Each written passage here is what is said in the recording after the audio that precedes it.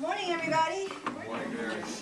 It is very ironic that I will be giving this speech today on the eve of my 20th year anniversary in real estate, happening this Saturday. Cannot believe it.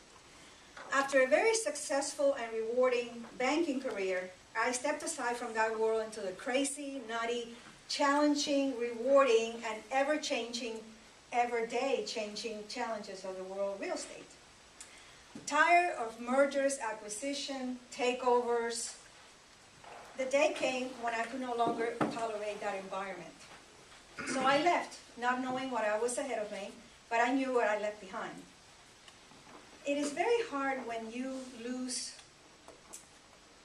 a job like that, or you stepped aside from a job like that. Your identity seems to go with it. You lose the identity, you lose your job, and then you're kind of like wondering, your identity's questioned. I had a lot of doubt, a lot of worries and challenges ahead of me. After having endured the walk-away process, David and I decided to get a little getaway to freshen our spirit and our mind. So we went up to the Panhandle, to a little town of Seaside. And just to reflect on what has happened to us and where we go from there. So while at dinner, David asked me, "What are you going to do now?" And I looked at him and I said, "Oh my God, this is a $64,100,000 question." I said, "I have no clue. I have no clue what I'm going to be doing with the rest of my professional life." So then he said, "What about real estate?" I said, "Okay, that sounds good. I have a great memory. I work great with people. I love to see houses. I have the financial background because of my banking background." So I came back to Tampa, took my courses, took my exam. I became a real estate agent, realtor. So my first day at the office was memorable. I can remember getting up at the same time I was always getting up when I went to work, which is about 6:30 in the morning. So I get up, I put on my nice suit, my nice button-down shirt, my pumps, heels, whatever you want to call them, my killer purse, my briefcase, headed out to the office, to the real estate office. I happened to be in Davis Island. So I get there at 8 o'clock in the morning. Well, there was nobody there at 8 o'clock in the morning. Little did I know that realtors don't really start their day until after 9, because you can't really call people, clients or customers, really before 9. I mean, you can call each other, but not clients. So I said, okay, I was ready to go conquer the world of real estate. So no one else at the office, so I sat there in the parking lot right there in the middle of the downtown Davis Island. I just sat there waiting. I said, okay, fine. So I started seeing people coming in, and I saw the broker coming in, so I went after her, and we sat down, we had some coffee, and we started talking, and of course they were giving me all the lip service, you can call it, of what was going to be happening, and the challenges I had ahead, and what I had to do, what not to do, and then they proceeded, she took me to my desk. This was a little desk, probably half the size of this, and there was another desk on this side of me, another desk on that side of me, desks behind me, desks on this side. I mean, it was disturbing to me and very not private, as I was used to very private offices and things like that, so that was like weird.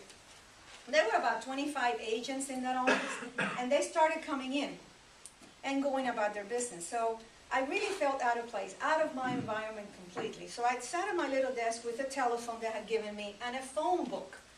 That's it. They were giving phone books back then. There was no cell phones, no tablets, no computers.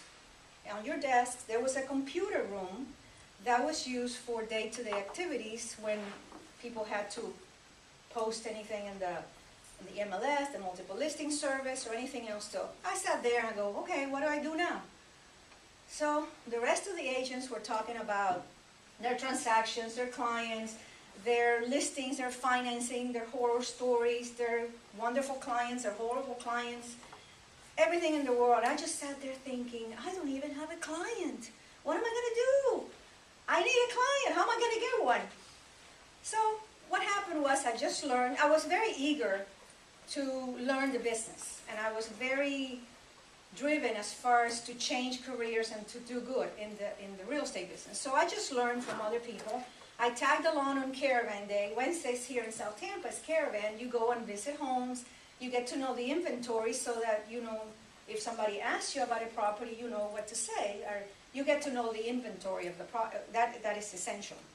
I help other people's listings for open houses. I send announcements of your sphere of influence, your friends, your relatives, all this stuff that they tell you, announcing that now I am a realtor capable of handling your transaction.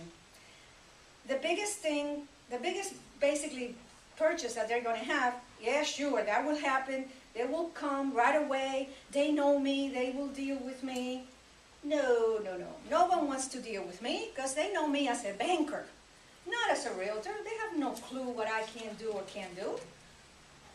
It takes a while for people to trust you.